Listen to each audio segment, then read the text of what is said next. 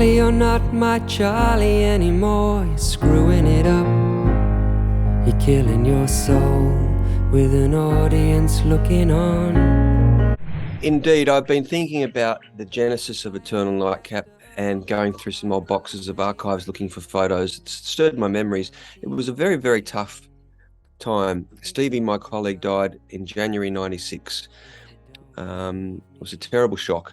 And I started getting new lineups together in about May 96. And I must have had 19 to 20 people through the band just in the next 18 months.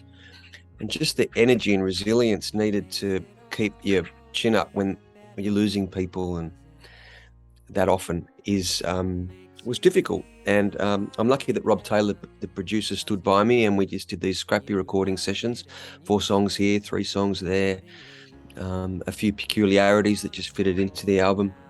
And it's a bit of a miracle that it ended up being a cohesive album, to be honest. I'm not sure that it is. It doesn't sound that cohesive to me. It sounds more like a scrapbook of my 20s, to be honest. But that in a way became its strength as well, because I think it spoke to people that were 18 to 28, because the adventures that I'd collected over the previous 10 years, and you've got to remember I was about 32 when I was recording this, but the songs had been written since I was 22. They captured that decade for people.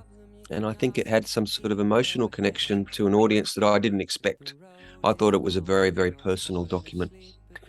But I learnt then, I suppose, that when you do make a very personal document and you do it well, then it gets wings, it gets broader. It can be consumed and taken into the hearts of people that listen.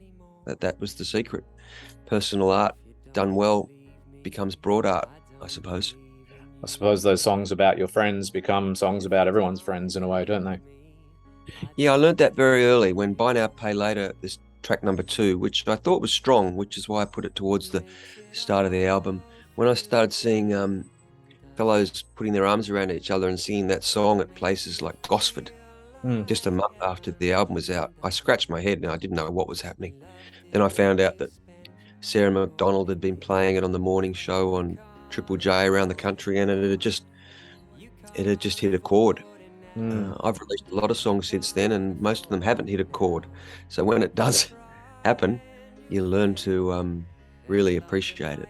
Little dog, and feed it on the scraps you find, and kiss it while you're still asleep. You buy now and pay later.